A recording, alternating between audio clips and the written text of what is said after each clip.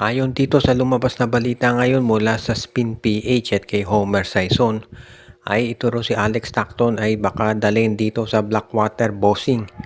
Hindi pa natitiyak kung sino ang magiging katrade itong si Stockton, pero base dun sa report, ang management daw ay ayaw na talaga dito kay Stockton dahil sa tingin daw nila ay sa sinasabi nilang salita ay competitively weak. Ibig sabihin mahina.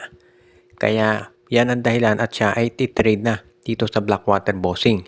Alam nating maraming mga teams ang interesado dito kay Alex Stockton at base dito sa mga reports mukhang Blackwater daw ang baka makakuha dito. Hindi pa natin matitiyak kung si Cedric Barefield nga ang magiging kapalit. Pero base doon sa mga lumalabas na reports, kung sa Blackwater dadalhin itong si Stockton, hindi na ako magtataka kung si Barefield nga ang ibibigay na kapalit. Baka magdagdag na lang ang Blackwater ng isang draft pick.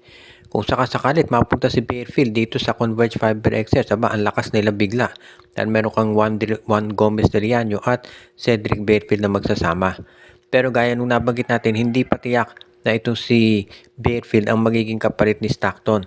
Marami pang pwedeng mangyari dito. At yung pag-trade dito kay Alex Stockton sa Blackwater ay isa pa lamang sa mga posibilidad. Kaya ngayon, kung ikaw itong si management ng Converge Fiber XS, kinakailangan siguro pag-isipang mabuti kung saan mas pinakamaganda madala itong si Stockton. Kasi dito sa lumabas na reports, parang hindi rin nagustuhan ng management yung pagiging hindi masyadong competitive ni Stockton pagdating sa mga crucial na laro. Ang dahilan kung bakit sa ngayon ay baka na siya ma-trade. Depende na lamang syempre yan kung itong si Coach Delta Pineda at yung ibang nasa management ay papayag dito sa balitan, dito sa kagustuhan ng nasa ibang management na ma-trade na nga itong si Alex Stockton dito sa koponan naman ni Jeffrey Cariaso. Sa panig naman ng San Miguel Beermen ay merong dumalabas na mga balita na baka daw itong si Jerica Hanmisi ay i-trade na dito sa San Miguel ng Terra Firma Jeep. Maraming naniniwala na itong si Jerica Hanmisi ay hindi naman magtatagal dyan sa Terra Firma dahil maganda ang nilalaro nito. At alam naman natin ang estilo ng Terra Firma, kapag maganda nilalaro ng player nila ay iti-trade yan sa San Miguel o sa Barangay Ginebra at mukhang ganyan nga ang mangyayari. Unang matapos ang konferensya o bago magumpisa yung susunod na conference, posible na itong si Jerica Hanmisi ay nandito na sa San Miguel Beermen. If ever matuloy nga to, masasabi talaga natin na maganda yan para dito sa San Miguel dahil magkakaroon sila ng isa pang additional scorer. Posible na baka maging kapalit nitong si Jerica Hanmisi ay itong si Jeron Teng o kaya si Chris Miller at isang second round draft pick. Sa ngayon kasi ang San Miguel parang gustong magdagdag ng isa pang wingman na mapagdedependehan nila lalo na kapag medyo off yung laro ni Lassiter. Kaya nga kung may sasama nila si Jerica Hanmisi, malaki maitutulong niya dito sa scoring ng San Miguel lalo na at nandiyan si CJ Perez at Jericho Cruz. Magko-complement talaga yan dito sa inside game ni Junmar Fajardo kaya hindi na ako magugulat talaga kung iyan nga ang gawin ng San Miguel at kunin nila si Jeric. Actually, kung si Maverick Hanmisi, hindi rin ako magugulat kung i-acquire din niya ng San Miguel Beermen. Marami nga nagsasabi, bagay din si Maverick dito sa SMB. Pat mas mahusay pa raw to kaysa kay Wamit Yongson dahil mas magaling to na defender. So yan ang titignan natin kung ito yung mangyayari nga. Ang maliwanag dito kung ikaw ang San Miguel Beer ay either dyan sa dalawang Hanmisi brothers na yan ay pwede mong makuha at makakatutulong dito sa franchise ni Coach Leo Austria. Kaya naman magiging isa talaga to dito sa mga aabangan ng marami lalo na at itong San Miguel Beermen ngayon ay kinukonsidera na isa sa mga powerhouse teams sa Philippine Cup.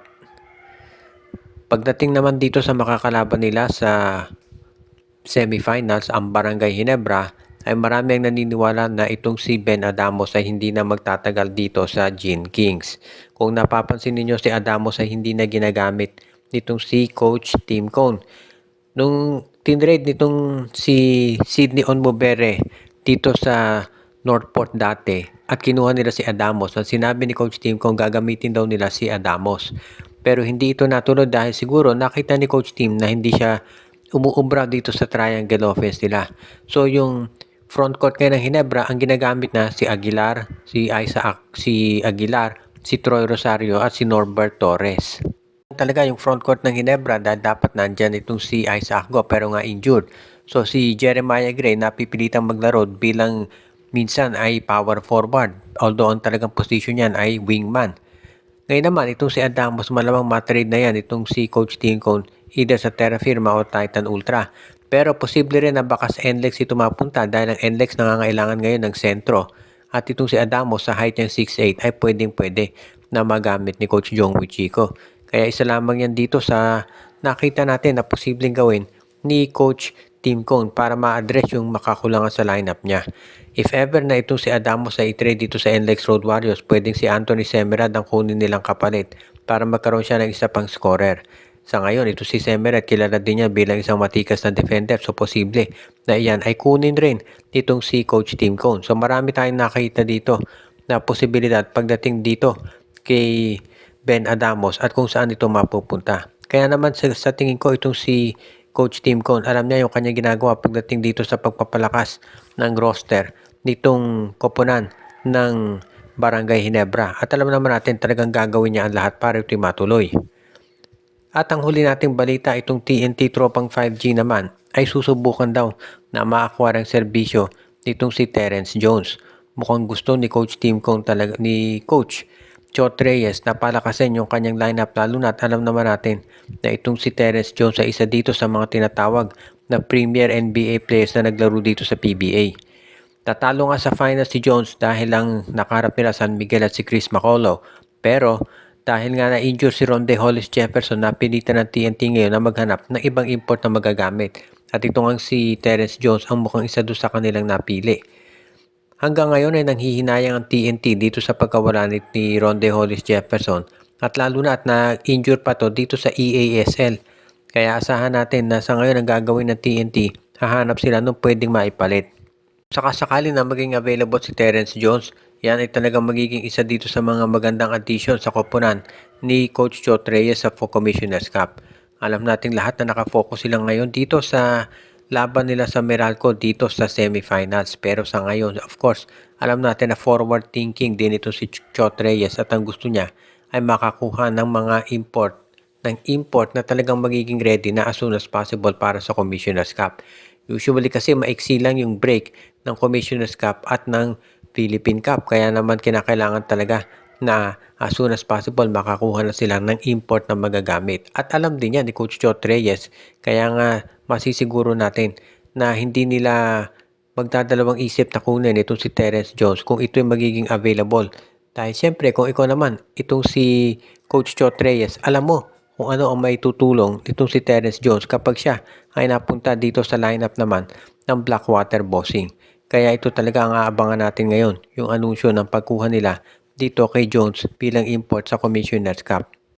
At bago tayo magtapos ay binabati natin yung ating mga taga-subaybay katulad nila RG Bueno, si Joshua Giray, Espeo at Rosales family, si Ronald Barbosidad, si Mon de Guzman, si Katsakino Dukusin, si Dexter Domer, si Jonel Alagon, si Malyari Mascarillas, si Michael D., si Anthony Alon, si Edwin Carmona Jr., Ireneo Salangsang at ang iba pa.